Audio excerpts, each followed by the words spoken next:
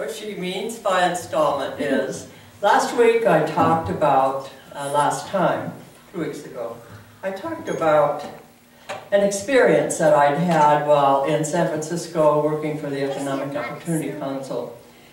And it was, I had a very frightening experience there, which time does not permit me to share with you again today, so it's on YouTube if you want to see what it is. But in the process of preparing for that talk, I noticed that my guts started to get rats in them. They started to go like this. Have you ever had that happen? Oh yeah. Yeah. I don't like it. I don't like it. And it happened. And it persisted. And I tried to figure out what might have been, was it because I was going to speak? Well, hardly. I mean, I'm up here all the time. So I figured it's not that, and I just I kind of stayed with it and meditated and this and that, but it persisted almost the entire day that I was fooling around with, getting ready for this talk. Black Panthers were involved and various, scary things like that. And, there's something I need to say.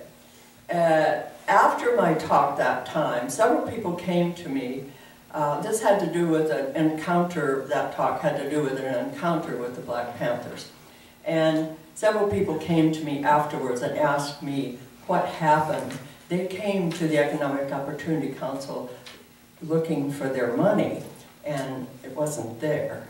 And, usually they became pretty upset. But what I want to say is, and people kept asking me what happened the next day, because they promised they'd be back the next day.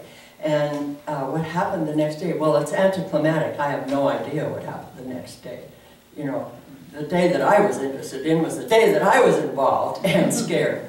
So I presume the money came the next day. I'm just filling that in for those of you who are curious. Also, the man that I encountered and I became friends later. And so that's kind of a nice end to that. But I want to go on here. The rats are going around in the gut, and I'm meditating on this, and I'm trying to figure this out. And finally, it came to me.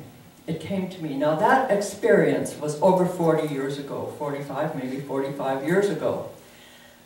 It finally came to me that what was happening was the fear that I experienced on that day was buried in my body. Buried in my body. And it chose that time to come forth. I hadn't thought about this experience probably in all that time, it was just an experience of life, and you go on. So what I want to say to you is, if you have those experiences, if you have fears, if you have things that have frightened you or have brought you up short in some way, process them on the spot if you can, at the very late, or a few minutes later, or an hour later, or the next day. But do it. Do it. That was buried in my body for 45 years. Can you imagine what happened as a result of that? I mean, the fears that came up around it, because when you pull one fear out, a whole bunch of little tentacles come out with it. So I sat and processed that at that time, and I'm pretty sure that now that is gone. And if you need help with this, Betty does tapping on Thursday afternoon. She also does private sessions for a fee. She's free by donation on Thursday afternoon. We have TAT, we have the ID process.